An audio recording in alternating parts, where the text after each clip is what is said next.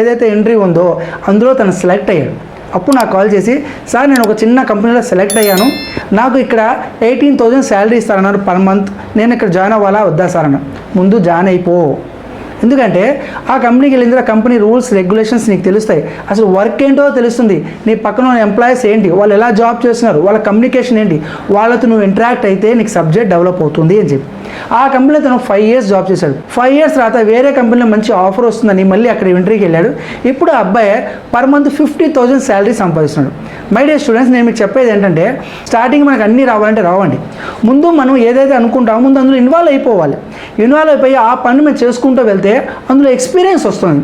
ఆ ఎక్స్పీరియన్సే మనకి ముందుకు తీసుకెళ్తుంది. ఆ ఎక్స్పీరియన్స్ వల్ల మనకు లోపల ఫుల్ కాన్ఫిడెన్స్ పెరుగుతుంది, ధైర్యం పెరుగుతుంది. ఆ ధైర్యంతో మనం ఏ జాబ్నైనా క్రాక్ చేయొచ్చు. మై డియర్ స్టూడెంట్స్, మీరు కూడా మీ లైఫ్లో సక్సెస్ అవ్వాలనుకుంటే ఫస్ట్ మీరు ఏదైతే వర్క్ అనుకుంటారో ముందు దాన్ని స్టార్ట్ చేసేయండి.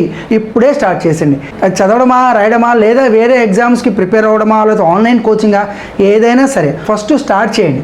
మీరు ఎప్పుడైతే స్టార్ట్ చేస్తారో అందులో ఆటోమేటిక్గా కొద్ది ముందుకు వెళ్తారు. ఫైనల్గా మీకు రిజల్ట్ అనేది పక్కాగా వస్తుంది. Thank you for watching my video. Thank you. All the best. Take care. Bye bye.